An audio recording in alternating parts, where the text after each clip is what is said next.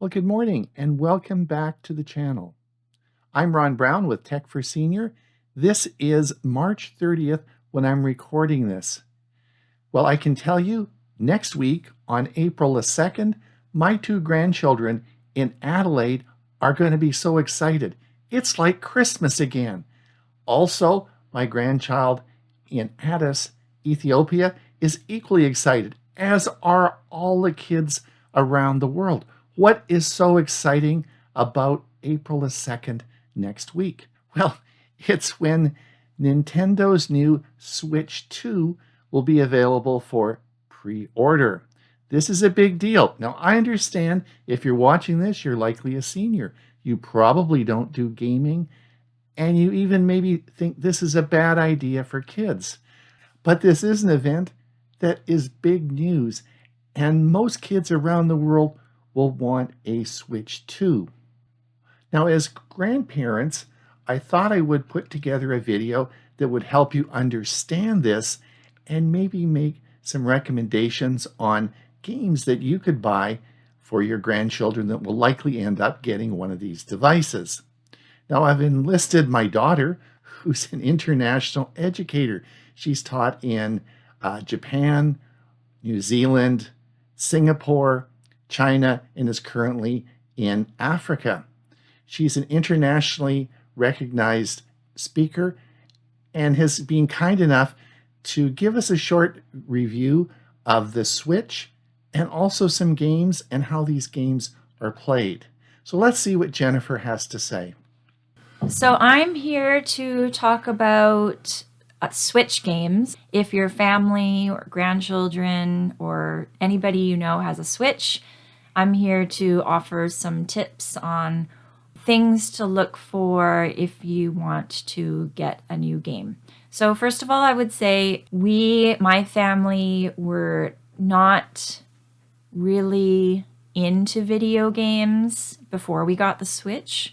But then I also asked some friends of mine who had Switches with older children what they thought. And after my very brief survey of my few friends, everyone said the Switch is unlike the gaming experience you remember as a kid. And even though they all felt the same as me, they all didn't have video games, and then they bought the Switch, they said, "We promise you'll have fun." And we became total converts once we brought the Switch into our lives. But with that said, we were very selective on the kinds of games that we chose to get started with. So our son was 4.5 when we first bought the Switch. And so the types of games we first started off would be games that I call collaborative games.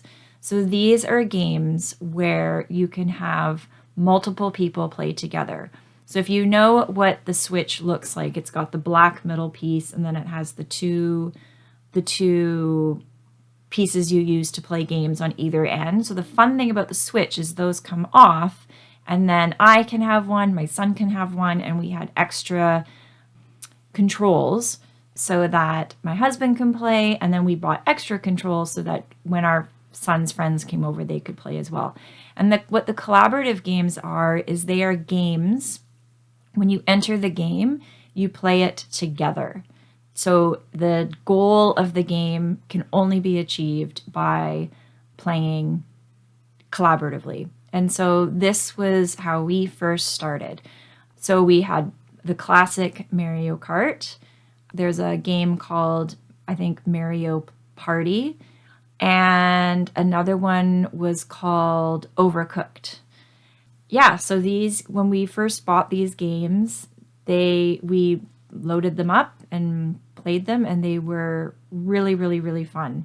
They're set up to be easier to play, but I guess the whole point is that while you can play them by yourself, they're designed to have multiple players play at the same time. And also the fun thing is when Julian had friends, if they had their own controls, they could come over, and I think through Bluetooth, they join up onto the Switch and they could play as well. So that's how we started. All the games we played together were games that we played as a family. So if you were to go and buy someone in your life a Switch game, that might be something you think about first, is what kind of game you want to play. You might want to talk to the parents to see what they're interested in. But that was definitely a fun way to start our video game experience. And then we had family game night. And yeah, so that was the collaborative games is number one. The other thing I should add is you can have the hard card for the game, or you can download games. So yeah, so you have to decide whether or not you download a game or you buy the card. So that's two ways of purchasing the games. So yeah, so I talked about collaborative games. The next games I would say we got into were I would call them adventure games.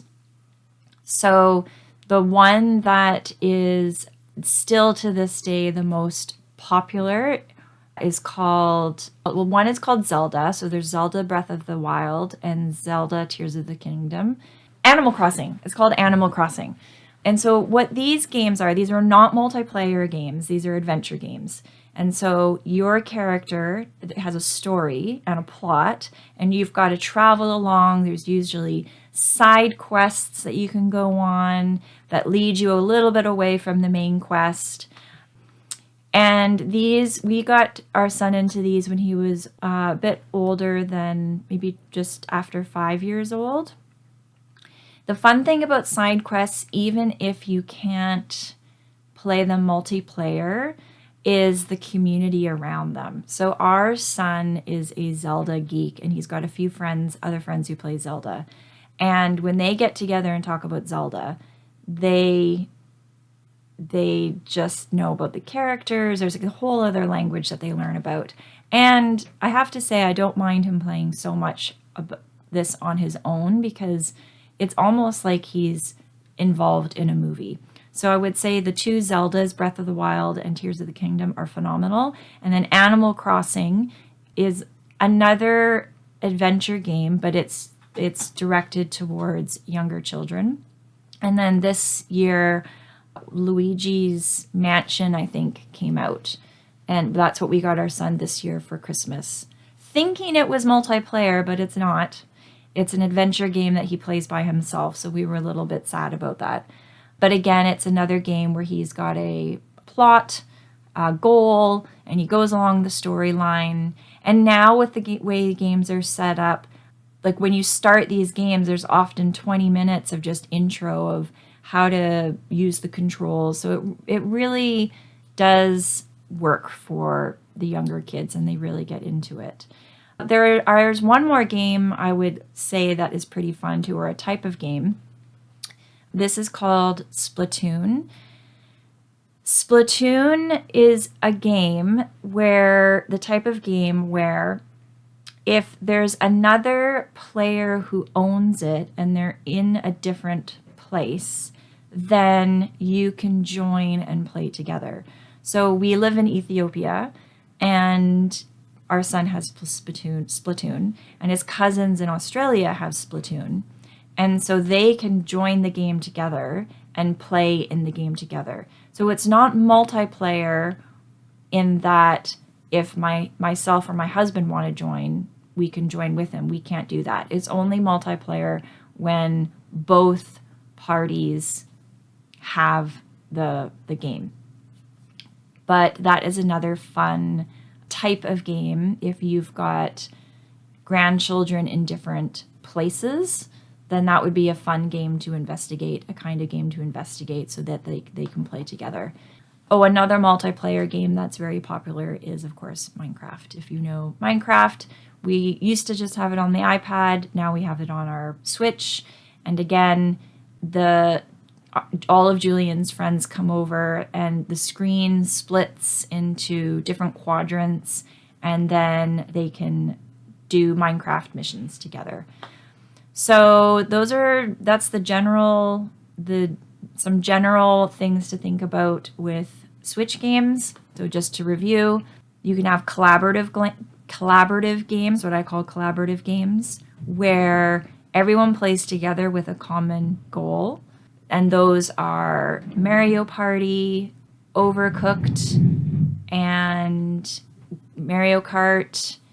There's another one that's fun. It's called Untitled Goose Game. That's for 2 people, I think. So those are collaborative multiplayer games. The next one are adventure games. Typically, these are not multiplayer, but they're still really fun. You just need to maybe check the age levels and what your children or whoever you're buying it for, what they're interested in. So these are the Zelda games and Animal Crossing. And then the last one I suggested was Splatoon, which is a type of game where if you have multiple sets of the game in different locations, then people can join together and play the game together, which is also kind of fun. So those are my tips on purchasing games for the Switch. Of course, if you're buying it for somebody and if there's parents involved, I would ask them what sort of games the kids are into. We always do a lot of research before buying the games just to find out level of difficulty and reviews. Oh, one more game that is another multiplayer game that's really fun is Nintendo Sport. On Nintendo Sport, you can play bowling, volleyball, basketball, golf. There's a sword fighting one, and that's another fun one. So yeah, so those are my tips on Switch games, what to look for, and things to consider when you buy.